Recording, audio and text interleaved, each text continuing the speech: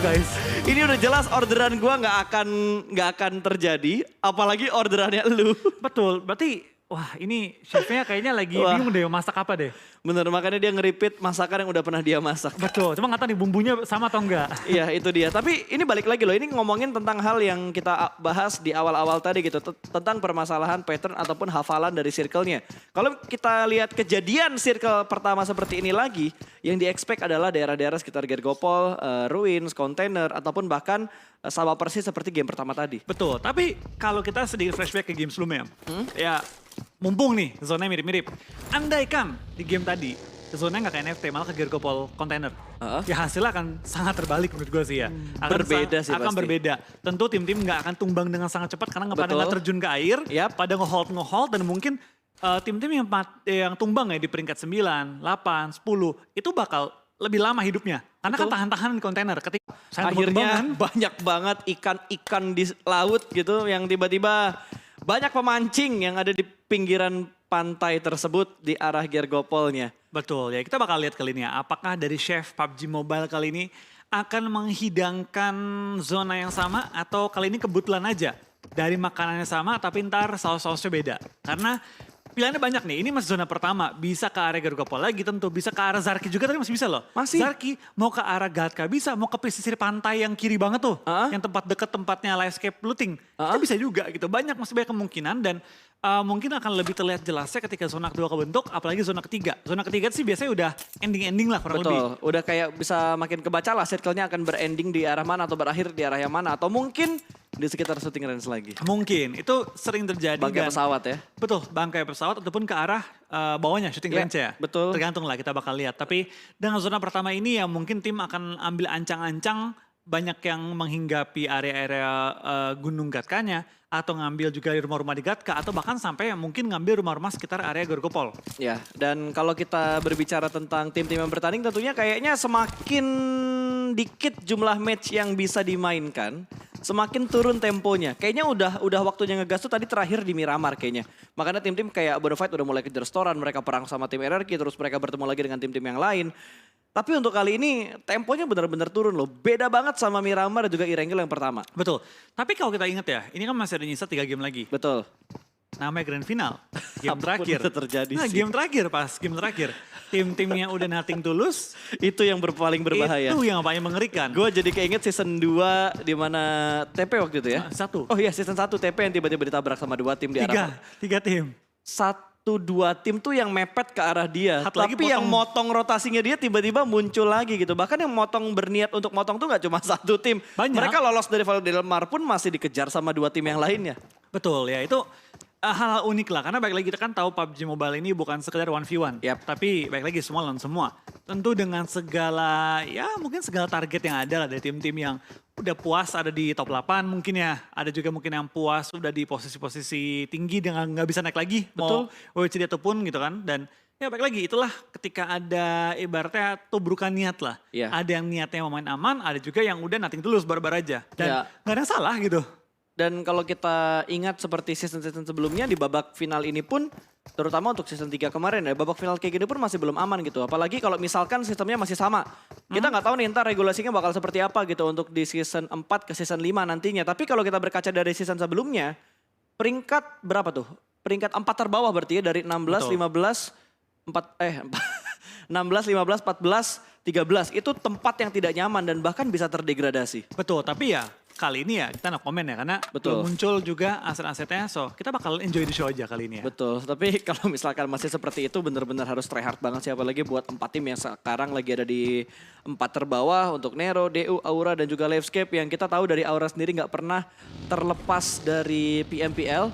Tapi kalau season sebelumnya sistemnya masih terbawa untuk persiapan season 5 nanti, tentunya menjadi mimpi buruk untuk Auranya. Betul, kita bakal lihat sedikit perubahan lah ya. Betul. Ya, tapi tentu itu semua akan dipastikan dari pihak-pihak official lah ya. Ya, makanya jangan lupa untuk follow sosial media dari pubgmobile.esport.id karena nanti begitu ada update seputar sistem turnamen dan seputar regulasi untuk season berikutnya akan diposting di Instagramnya pubgmobile.esport.id. Yes, jangan sampai kalian mendapat info yang tidak tepat. Betul. Ataupun mendapat info yang telat. So kita bakal lihat kali ini ngomong-ngomong Gue agak Rotasi trauma ya. sama ini tempat. Ini pertempuran 5 tim sekaligus. Makanya gue agak trauma sama ini tempat. Dan Oki Ozora gila nge-scoutnya lama banget dia di sini. Tapi emang aman sih pas, nggak bakal kenapa-napa kecuali di bom yang kena. Dan gue rasa dari Oki, dia kan pengen coba ngedengerin juga. Tapi dengan ada Molly dan juga bom yang dilempar, ini udah kode jelas lah. Ada orang hati-hati. Betul, akhirnya Oki Ozoranya mundur. Walaupun ada beberapa follow up yang datang dari pemain-pemain DU. Tapi sepertinya dengan pergerakan mereka yang seperti ini lebih memilih untuk mengamankan daerah sekitar ruins lah. Itu menurut gue keputusan yang lebih bijak dibandingkan mereka tabrak ke arah kompon dari Bonafide. Tapi pergerakannya nggak menuju ke arah ruins. Mereka semakin menuju ke arah utara ternyata ingin membalap dan ingin memotong rotasi dari Bonafide. Mungkin. Betul. Ini mungkin dari, Bonafide sadar bahwa ini DU ada kemungkinan naik ke atas bukit dan memotongin mereka. Mereka langsung juga kasih backup, bahkan sampai 4 orang menuju ke arah perbukitan dan DU melihat ada flank dari BFD, mundur lagi mereka masuk ke area ruins. Tapi dari Oki udah kasih info, bahkan sekarang sudah melakukan spray juga terhadap seorang Hans For You tapi belum mengenai targetnya. So dari DU tampaknya sudah punya info, mungkin mereka bakal ngisi rumahnya sih. Mengingat tadi kan infonya orang udah pergi. Ya, ini udah mulai terkena zoning out untuk kedua tim ini saling melakukan zoning out dan rumahnya ditinggalkan. Apakah akan diambil oleh Dewa United? Tapi pergerakan dari Oki terkesan ingin mengambil tempat itu dan ada yang melakukan cross dari rotasi mereka sedikit berpapasan antara Nero dan juga tim NFT tadi kalau nggak salah ya. Betul, kita bakal lihat juga dari Nero dan juga dari tim Boom tadi ya. Boom ya? Boom. Oke, Boom. Rotasi mereka emang serupa gitu kan, dari Stalber dan juga dari Lipovka, sisi kanan dari map harus NFT menuju masih sisi di kiri. Ya, dan ya pasti sering ketemu sih. Betul. Sedangkan dari tim NFT kan ini bakal langsung motong dari Blue Zone, emang nggak masalah sih, zonanya masih cukup geli juga. Lewatin bagian rumah roti, ambil bagian selatan zona dan mungkin bakal masuk dari entry point Gatka ataupun dari Pochinkinya. Ya, tapi lo perhatiin gak sih pergerakan dari NFT? Mereka kan game pertama tadi juga rotasi dari arah Novo ya, Flo? Iya. Dari Novo terus dari circle-nya ke arah utara sebelah kiri. Tapi mereka bisa sampai di titik itu dengan nyaman, tentram, aman dan damai loh. Padahal proses rotasi mereka itu jauh banget. Terus ngelewatin begitu banyak tim. Kalau lewat kanan mereka bisa ketemu BTR, mereka bisa ketemu Voin. Dan circle-nya Potong ke bawah. motong ke bawah. Ini ada persentase masih bisa ke arah selokan Gatka masih bisa. Ke Ruins masih bisa. Ke Ruins masih bisa. Ke atas gunung bisa. Betul. Ke pantai pun bisa. Ya ini persentasenya masih cukup gambling banget. Kita masih harus menunggu untuk pergerakan circle yang ketiga nantinya akan seperti apa. Karena diameter ketiga yang akan menentukan untuk lebih condongnya circle akhirnya tuh ke bagian mana. Betul, tapi kalau kita ngomong-ngomong pantai, gue jadi selalu inget tuh yang zaman-zaman PMCO pas. Oke. Yang zonanya itu ke pantai, terus yang waktu di Chicken tuh TS ya. Yang kita sebut bukan tim secret lagi. Tim Tim senja. santuy, tim senja. Tim senja. Betul, tim senja. Oh iya, waktu itu PMCO sering banget ke arah sebelah kiri ya. Iya, sering banget ke arah kiri. Bener-bener Itu zonanya secret banget. momen-momen yang seru juga gitu kan. Wah, tim senja nih, itu mulai akhir-akhir liga lagi kan. Dimana kita udah mulai santuy, tapi kita bakal tampaknya nggak terlalu santuy dari tim yang bertanding. Kali ini ada SG dan juga tim RRQ. Memiliki rotasi yang serupa kali ini dengan arah tujuan checkpoint yang sama. Tapi lagi-lagi rumah ini. dalam posisi cukup berbahaya karena tapping-tapping yang hampir lontarkan oleh tim SG, tapi recovering fire juga dari Nerpeko. Betul. Nerpeko pindah kendaraan, belum ada backup juga dari anggota RRQ lainnya. Dan nampaknya lagi-lagi rumah ini diperebutkan, tapi bannya pecah ya? Ada suara gembos tadi? Ya kayak, ada tembakan ternyata dari arah Bukit Gergopol ada yang mengontrol dan memantau pergerakan dari tim RRQ. Dengan kondisi seperti ini harusnya Skylight sudah mulai rotasi kembali. Terus dan sepertinya akan berfokus lagi dengan tim RRQ dan berhasil. Dapetin satu pemain dan ini adalah Jersey. Pemain kunci dari Skylight yang sering kali memberikan impact begitu besar di setiap match-nya untuk Skylight Gaming. Betul, inilah the power of split, membuat musuh-musuh bingung posisi musuh di mana aja. Betul. Tadi pasti ada info juga sih, ada orang tadi ke arah kita. Dan ketika rotasi, itu pasti dari anggota RRQ lain yang kasih info, ada orang ke rumah kita lagi. Dan akhirnya ada terjadi ronde 2 dan jadi pertempuran lagi. Tapi kalau sekarang juga ada Ken. No, 3 sisi loh. 3 sisi. Ken lewat, tapi masih ada satu pemain. Jixi memotong dari tengah jembatan. Ken menjadi santapan lagi-lagi dari Aura. Gila ini setupnya rapi banget. Ya, ini tampaknya dari Aura sudah membaca pergerakan tim-tim suka rotasi jauh. Let's say NFT, let's say dari Boom. Mereka tuh selalu putar utara lewat jembatan Gergopol masuk ke bagian bawah. Nah akhirnya malah bertemu, tapi tampak kita bakal lihat kali ini Ponbit tertangkap oleh Voin. Ini malah bertangkap bagi tim Boom. Rotasi ke depan ketemu Aura, ke belakang menahan pun ketemu Voin yang kayaknya rotasi jarak jauh juga. Ya, ini, dari farm loh. Makanya ini beda banget sama yang kita lihat di country battle tadi. Betul. Tim-tim di SEA rata-rata mereka langsung ngambil seperempat dan tengah circle untuk setiap circle-nya. Tapi kalau kita lihat gameplay dari kebanyakan tim Indonesia, mereka selalu mengambil bagian utara. Mungkin terinfluence kali ya dari gameplay tim China. Mungkin, karena kan tim Cina suka banyak banget muter-muter jarak Betul, jauh juga. dari utara, mereka Tapi- muter lagi dari timur. Gue kaget dengan Void loh. Void kan biasa tim yang barbar. Dia masuk ke tempat ramai pun dihajar-hajarin semua. Iya. Sampai masuk. Kali ini mereka banyak bermain itu ya hitungannya main rotasi jauh. Betul. Sama dengan style Boom, stylenya SG, style beberapa tim lain yang main pinggir-pinggir zona. Tapi khususnya masuk dari utara. Yes. Tapi kalau kita perhatikan sekarang juga, cukup banyak tim yang sudah mengambil center. Dan yang gak dapat center yang ngambil tempat-tempat yang sekiranya andaikan zona lompat, enak buat rotasi. Ini final bener-bener gak keprediksi sih untuk ke-16 tim bagi gua ya. Gua Iya. aja yang kayak sedikit menghafal beberapa rotasi dari beberapa tim. Kali ini gua gak expect kayak pergerakan dari Void. Yang biasanya kalau kita ngomongin Void, mereka bakal bentrok sama BTR di Bukit Kentang. Betul. Mereka bakal ketemuan lagi sama Victim yang bisa aja mereka langsung. Karena kan Victim ada dua variasi nih. Kadang mereka ngambil bagian utara, kadang mereka langsung Track ngambil lurus. bagian track lurusnya. Iya. Dan itu sering banget ketemu sama Void, sering banget ketemu sama Takai, Boom. Terus sering juga ketemu sama BTR. Atau kadang-kadang ketemuan sama DU. Itu tim yang sering ketemuan tuh kalau misalkan kita ngomongin tim-tim yang datang dari arah timur dan circle-nya ke arah barat. Tapi Void loh, rotasi mereka tiba-tiba Berubah sedikit total. mengekor dari Boom Esport. Betul, kita yang nonton aja, yang ibaratnya dapat info jelas aja kaget, apalagi player yang main. Kok tiba-tiba ada Void di sini? Tapi kita sekarang juga tampak dari Mararki sudah mengambil pinggir-pinggiran bukit dan mengusir tim tadi berwarna kuning ya, belum terlihat tim yang mana. Dan cukup jauh diusirnya. Dan kita bakal lihat tampaknya masuki Victim. zona-zona akhir. Cukup banyak tim yang sudah mulai mengincar next step mereka. Zona 3 kan udah mulai masuk mid game lah. Betul. Zona-zona di mana semua tim tuh udah harus mulai punya posisi dan menentukan apakah gue mau nge-clearing, apakah gue mau jaga pinggir zona atau mau gerak lagi. Iya, dan agak puyeng juga ternyata untuk pergerakan dari Victim mereka bakal mengambil titik yang mana sementara Void. Satu pemain mereka berhasil di knockout, masih bisa diselamatkan dan belum terkonfirm menjadi sebuah eliminasi. Dan defensive area mereka bisa gue bilang cukup strong dengan area di sekitar hospital kali ini. Betul, dari Void pun kali ini bisa keluar dikit dan langsung coba untuk revive ke arah Harvest. Untungnya di luar school udah ada kontainer sekarang ya. Iya. Yang sedikit menjaga area-area pagar luarnya. Tapi dari tim Nero sudah mengambil perbukitan yang cukup membuka vision ke arah tim Void. Tapi belakang mereka juga cukup terekspos. Dari tembak-tembakan arah Gergopol. Dan sekarang dari Aura sudah keluar dan mengambil satu rumah di luar area hospitalnya. Ini tempat yang biasa diamanin sama GD juga. Checkpointnya GD untuk menuju ke arah sini. Tapi ternyata udah ditempatin oleh Nero.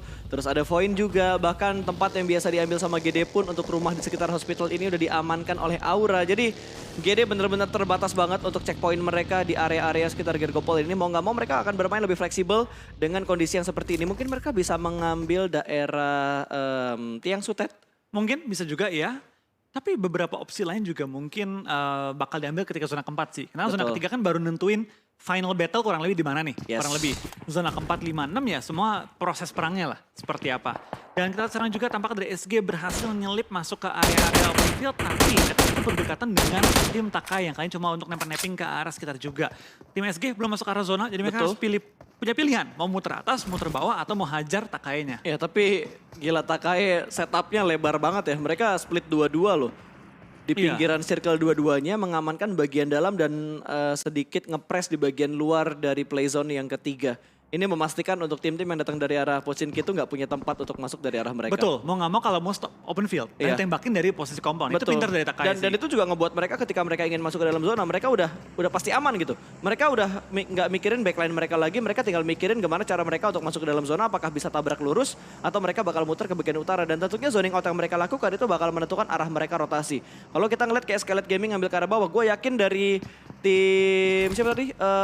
Takai. Antara mereka langsung garis lurus masuk ke dalam zona atau dia akan menuju ke bagian atasnya. Ini deja vu hari pertama. Ingat ya? Hari kedua yang zonanya itu ke arah Gatka dikit, tapi masuk ke arah kompon-kompon yang tim zone. Ah iya, ini ada 4-way showdown yang biasanya ada di sebelah sini dan ternyata lagi-lagi Zone Esport. Biasanya ada Bonafide dan ada Boom. Tapi kali ini bertemu dengan tim Takai, Zone Esport menghentikan langkah rotasi mereka bersama dengan tim Takai juga langsung touchdown di batu yang biasanya diambil sama Bonafide. Betul, tapi sekarang dari tim Takai punya tempat yang cukup enak. Dia punya cekungan yang berarti nggak bisa ketembak dari zone, dan dia punya coveran yang nggak bisa ketembak dari BTR dan sekitarnya. Tapi Betul. tentu mereka perlu berwaspada oleh tim-tim lain yang mengincar posisi mereka. Seperti Livescape biasanya suka ngambil ini juga. Betul. Incar dari jauh, dari cekungan kecil. Ya dan lu jangan lupain RRQ yang juga biasanya ngedetect tempatnya Zone Esport saat ini. Betul, nah kita bakal lihat kali ini apakah bakal terulang Gila, ini kembali zonanya apalan hari banget. kedua atau akankah kita melihat kali ini play-play terbaru yang terbentuk. Sekarang dari tim DU sudah punya compound yang mereka biasa rebutin juga. Biasa mereka rebutan sama Void sini kan. Main FT juga biasanya Iya. untuk nge-retake tempat ini dan ini area yang enak banget dari Okiogora. Sedikit burst shoot ke arah pemain dari Takai namun belum ada damage yang begitu dalam diberikan ke arah Kean. Mungkin mengincar ban mobil kali ya. Tidak Betul. kelihatan orangnya, ban mobil pun jadi. Gue suka banget pergerakan dari DU, mereka nggak terburu-buru maju ke depan, mereka main dengan arah zonanya karena mereka tepat di bibir zona, yang berarti ya mereka bisa make a play dulu dari high ground yang mereka punya terhadap tim Takai. Tapi ketika zona bergerak, itu PR mereka baru kelihatan. Mereka maju tuh open banget. Mau nggak mau mereka harus melakukan forting atau ngorbanin kendaraan di tengah-tengah lapangan. Betul, itu cuma pilihan yang mereka punya. Atau kalau mereka mau barbar, mereka tabrak Takai atau retake tempat dari zona e-sport. Betul, harusnya dari DU. Sekarang udah mulai ada yang nge-scouting sih. Mana Harusnya tempatnya ya. masih kosong, mulai ke arah lapangan loh. Di tempat lapangan ini, mana yang kosong? Andaikan zona ke lapangan, mereka punya posisi dan ini. Oke udah mulai ke arah kendaraan, mungkin sudah mulai bersiap untuk rotasi dan harusnya sih udah mulai ngamanin Ini tempat. galau nih, bagi atau mobil bucin ya? Oh, mobil bucin Bucin aja lah. deh, pengen bucin Yang lebih dulu. safety mungkin karena armornya lebih strong dan juga lebih terjaga dari angle shoot jendela-jendela yang ada di mobil bucin ini. Betul, tapi kita lihat dari DU kayaknya sudah mulai mendekat juga ke arah tim Takai. Mengambil tepat di depan mereka. Di lain sisi what? dari victim dapetin 2 bahkan dari tim RRQ. Voldemort bakal langsung melakukan 1 upaya revive. Tapi dengan 2 yang knock, victim punya chance untuk maju ke arah tim RRQ. Ya, tapi mereka juga dapat tekanan dari arah Nero. Kalau nggak salah yang ada di bagian sekitar victim saat ini. RRQ cukup aman. Mereka ada di bagian high ground. Mereka ada di puncak rantai makanan. Tapi gimana cara mereka turun? Mereka tidak ingin turun dengan cepat. Mereka ingin mengambil korban yang ada di bagian lower ground. Kali ini tappingnya berhasil memulangkan satu pemain victim menuju ke arah lobby. Kali ini pergerakan demi pergerakan victim benar-benar dipantau oleh mata dari sang raja. Betul, tapi kita bakal lihat tampaknya ada fight lagi yang terjadi antara BTRG dan juga Alter Ego di mana SG sedang memantau fight ini. Ini tepat di ujung area Gatka yang berarti BTR punya tempat yang sangat enak. Dapat bom dari seorang Potato mengenai Booms. Booms diledakkan kali ini dan sekarang kita bakal lihat Void dan Aura pun bertempur di bagian utara dari zonanya. Betul sekali dan granat masih dilempar. Dapetin satu confirm elimination dan berhasil menumbangkan satu pemain lagi dari tim GD. Ini momentum kalau misalkan dari Alter Ego mereka ingin melakukan push. Sebuah momentum yang tidak bisa didapatkan 2 kali. Bahkan di sandwich ada Alter Ego dan juga Bigetron yang akan langsung tabrak menuju ke arah GD.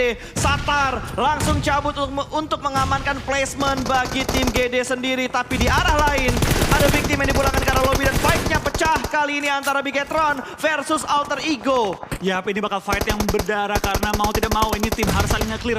Kalau pengen gerak ke arah zona dan BTR punya advantage dapetin posisi zona. Tapi tentu BTR nggak mau kasih cekungan ini ke arah tim Alter Ego secara gratis. Mereka bakal regroup kembali tapi sedikit tarik mundur ke arah cekungan belakangnya lagi. Alter Ego punya ruang gerak sedikit lebih banyak. Tapi lihat, sekali mereka masuk ke arah zona, mereka bakal jadi magnet bomnya BTR. Karena nggak mau terpojok oleh Blue Zone. Ya mereka pusing tuh, mereka mau tabrak BTR atau mereka ingin ngeflank ke arah sebelah kiri. Karena sebelah kiri juga sedang ada pertempuran antara Livescape dan juga NFT kali ini. Namun Void juga sedang berperang dengan tim Aura di mana 2 pemain Aura berhasil mereka amankan. Dan kita lihat split camp kali ini di mana 2 titik pertempuran terjadi. Tapi kita bakal fokuskan ke arah NFT-nya terlebih dahulu karena Livescape sudah perlahan-lahan mendaki daerah kekuasaan dari tim NFT. Terlihat satu pemain yang dipulangkan menuju ke arah lobby. Dan lihat pergerakan demi pergerakan yang dibuat oleh Livescape. Begitu meyakinkan. Lagi-lagi NFT kali ini harus dibuat tryhard untuk 2 game berikutnya. Betul, dari NFT dipulangkan di posisi 13 berarti tidak mendapatkan point placement. 12 tim tersisa, 42 yang masih alive kali ini dari Nero. Tidak mau tidak mau harus bergerak dan harus melawan tim RRQ di mana McClary knock out dari Milano dipulangkan ke lobby menyisakan 2 pemain lagi. Itu Tapi dari celahnya RRQ tipis banget. gak mudah juga nih. Mereka harus mau nggak mau perang dengan tim zone atau masuk ke arah open field. Ya mau nggak mau mereka harus ngeretek tempat milik Zone Esports seperti yang mereka lakukan di hari kedua kemarin. Tapi sayangnya kemarin mereka kalah dari segi jumlah dan diganggu oleh victim. Betul, kali ini mereka punya kendaraan, akankah mereka melakukan play yang sama? Mereka bakal ingin di arah open field ya, tampaknya Livescape pun gak sepenuhnya aman. Mereka harus bergerak dengan beriringan dengan zona menuju ke arah open field yang BTR punya rumah kali ini. Oke, Bigetron sudah mendapatkan kompon mereka. Mereka nge-split 2-2 kalau nggak salah. 2 orang di kompon, 2 orangnya di bagian lower ground seberang kompon yang sedang ditempati oleh Liquid. Dan melihat pergerakan dari Skylight, Pinky dipulangkan ke arah lobby. Masih ada 38 yang masih bermain untuk di game menit ke-20 untuk Irangel yang kedua. Sementara Livescape yang sudah mulai bergerak perlahan agak di tengah ternyata mereka ya. Betul, ini sulit banget bagi tim Livescape karena ketika mereka maju ini akan dijepit oleh tim Boom juga. Tapi mau nggak mau tidak mau mereka sporting di bagian lapangan tersebut. Sedangkan dari tim Livescape mengambil tempat yang sama seperti mereka WCD kemarin. Dicukupkan dengan fortingan mobil ke arah depan untuk memblok peluru-peluru dari arah depan mereka. Tapi mereka butuh kesabaran sih. Mereka harus benar-benar tepat untuk berotasi dan ini granat, lemparan nggak ada poin tapi ternyata RRQ yang bakal pecah fight terlebih dahulu bertemu dengan tim Nero. Peko tumbang, tinggal 2 atau 3 player aktif dari tim RRQ yang masih bertahan sejauh ini. Voldemort akan melemparkan granatnya kembali dan Nero pun rata. Ada gangguan dari Bonafide, 3-way showdown dan third party is real. Nero pulang ke arah lobby dan RRQ kali ini akan menghadapi tim Bonafide di mana Tuyul, lihat Tuyul berani banget untuk tabrak ke bagian atas, mendapatkan satu pemain dan Tuyul masih bisa selamat. Sedikit buying time dan ada body system di mana Hans For You akan memberikan backup tapi RRQ rotasi di waktu yang begitu tepat namun tembakan dari belakang membuat 2 pemain mereka tumbang. 2 player aktif tersisa, touchdown di celah yang begitu tipis tapi ada third party. Alter Ego ingin join di pesta Bonafide dan juga RRQ dan RRQ pun rata. Terlalu banyak tim yang mempunyai angle bebas ke RRQ. Betul, tampaknya terlalu banyak tim di angle yang sama. Akhirnya membuat RRQ harus pulang di posisi ke-10. 9 tim tersisa, 28 player masih live. Tim yang utuh kali ini masih ada Takai, Zone dan juga AE BTR. Dimana dari BFD dan juga dari AE masih ada player yang ke-knock. Tapi Renare dengan posisi yang cukup rapi dan juga timing yang tepat dapat knock ke arah lawannya. Sedangkan dari BTR dengan posisi mereka nggak perlu pindah terlalu jauh. Mereka punya rumah juga tadinya sehingga mereka bisa tinggal mengontrol tim-tim yang pengen masuk ke area circle. Ya ini yang kita maksud tadi dibahas di awal-awal sebelum kita memulai hari ini. Harus diwaspadain banget untuk Bigetron-nya karena mereka sering melakukan hal seperti ini di mana mereka ngegas di game-game terakhir dan ngebuat mereka tiba-tiba punya poin yang begitu banyak. Betul, tapi kita bakal lihat juga dari tim BTR. Tampaknya mereka harus survive one by one mereka. Nggak boleh terlalu ngumpul juga karena terlalu kasih space ke arah tim lawan. Dan nggak boleh sampai knock juga karena akan bocor defense mereka. Ya tapi ternyata Boom juga memberikan tekanan ke arah Bigetron. Dan sepertinya dari Alter Ego mereka sudah merangkak naik dan merangkak masuk untuk menuju ke bagian dalam dari zona. Tapi lihat angle yang harus dicek oleh Alter Ego begitu banyak. Mereka harus fokus ke Livescape, mereka harus fokus ke arah Bigetron. Dan mereka harus fokus gimana cara mereka bisa masuk ke dalam zona. Betul, tapi kita bakal lihat dari BTR kali ini juga dengan posisi 4 orang masih hidup. Mereka bisa coba nge-flank ke arah tim Alter Ego. Di mana Luxy ditugaskan untuk menahan Alter Ego. Dari Ryzen mungkin nahanin Livescape dan juga berlain dari menahan sisi lainnya. 8 tim tersisa, 7 tim tersisa bahkan kali ini di mana cukup banyak tim yang berjatuhan. SG tumbang menyisakan 7 tim dan juga 22 player masih live. Betul sekali dan Boom yang menyisakan 2 pemain mereka kali ini. Mereka masih butuh bergerak untuk masuk ke dalam zona tapi area yang mereka punya sudah tidak terlalu banyak lagi. Ada Bonafide di kanan mereka, depan mereka ada Livescape. Zone Esport juga dalam proses dilema yang sama. Karena mau nggak mau mereka harus menghadapi Boom terlebih dahulu sebelum mereka bisa bergerak masuk ke dalam zona. Dan Zuxi di arah lain berhasil mendapatkan Hazelnuts dan juga Super Una. 2 pemain tumbang dari Alter Ego, bahkan 3 pemain tumbang dari Alter Ego. Last man standing mereka akan bertahan dan masih butuh effort untuk masuk ke dalam zona. Betul, tapi kita bakal lihat ini dari arah Flykido melakukan revive, tapi sebelum revive bakal nembak ke arah tim BFD di mana dari Ikiar.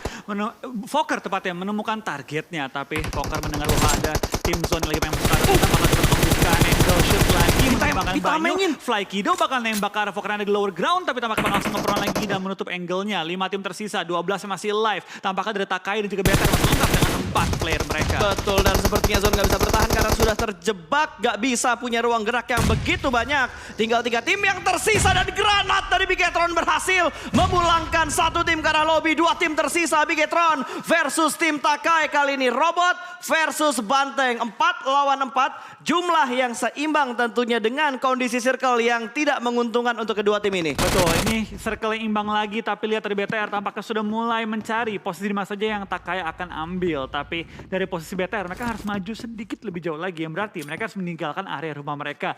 Takai punya lower ground yang berarti mereka nggak bisa ketembak, tapi bisa dilontarkan bom juga. Zuxi melakukan smoke ke arah rumah dalam upaya untuk coba membuka vision lebih luas lagi. Sedangkan dari Liquid sudah nge-flank ke arah kiri. Ya ini mungkin kuncinya di Liquid kali ya. Yang bisa memberikan distraction. Tapi sepertinya dari Liquid akan berkumpul kembali, tidak ingin mengambil resiko yang terlalu banyak. Dan Liquid yang membuka jalan untuk terlebih dahulu menuju ke bagian tengah dari circle berikutnya. Membuka vision tapi dari Zuxi terkena spray dari seorang Hades membuat dia cukup low tapi tidak sampai ditumbangkan. BTR mulai melontarkan bom juga ke arah tim Takai yang sudah megang bagian low ground. Tapi lihat dari Liquid, langsung menginjak high groundnya, menghentikan pergerakan Takai untuk maju lebih jauh lagi. Betul, bahkan Molotov juga dilemparkan untuk membatasi pergerakan dari tim Takai. Tidak dibuat untuk terlalu bebas pergerakan dari Takai ketika kondisi berimbang seperti ini. Molotov yang tidak connect ada pemain-pemain dari Takai. Tapi lihat kondisi dari Takai 2-1-1 split yang mereka lakukan menghindari letupan granat yang berbahaya dari Bigetron. Betul, dan sementara kita bakal lihat dari Zuxi masih menggunakan high ground advantage dia untuk coba membuka vision dan juga memberikan informasi kepada teman-teman di mana letak lawan-lawannya. Tapi dari Zuxi tampaknya nggak lama lagi dapat menggunakan high ground advantage tersebut dan bakal langsung pindah posisi. Terspot satu pemain dari Bigetron. Zuxi sudah kelihatan yang bergerak dari arah rumah dan belum masuk ke dalam zona. Akan di backup oleh pemain-pemain Bigetron yang lainnya. Ada Ryzen yang akan siap menyambut pemain dari tim Takai. Ini bisa aja Ryzen memberikan backstep dari arah sebelah kiri tim Takai. Betul, tapi Takai lihat. Mereka ngumpul di satu titik yang sama. Kalau BTR kelihatan, itu mungkin bakal di-pick 4 orang sekaligus. Betul, ini yang sangat berbahaya juga tentunya. Sebenarnya dari dua tim ini punya setup yang rapi untuk masing-masing tim. Cuma tinggal masalah timing yang menurut gua siapa yang akan mendapatkan momentum terlebih dahulu. Apakah ini momentum untuk Takai? Granat lempar bertukar arah Ryzen akan segera meletup. Tidak ada splash damage yang masuk ke arah Ryzen. Zuxi pun berhasil merangkak perlahan-lahan untuk masuk ke dalam zona. Dan lihat dari Kean, Crush, dua pemain begitu tertib untuk mengontrol angle sebelah kiri. Tidak dibiarkan pemain-pemain Bigetron yang bergerak dari arah rumah punya ruang gerak yang begitu luas. Betul, tembak-tembakan dilontarkan tapi belum ada yang sampai connect. Tapi akhirnya Kean tertumbangkan membuka kesempatan bagi BTR untuk maju ke arah depan. Hades terkena headshot kali ini bahkan hampir tumbangkan gitu oleh seorang Ryzen menemukan letak front seorang Hades kali ini. Hitmarknya connect. Dilontarkan terus menumbangkan seorang Hades membuat kondisi 4-lawan-2. Akankah mereka maju ke lane dari Takai tanpa kemudian keluar? Dapetin satu trade kali ini bahkan dua.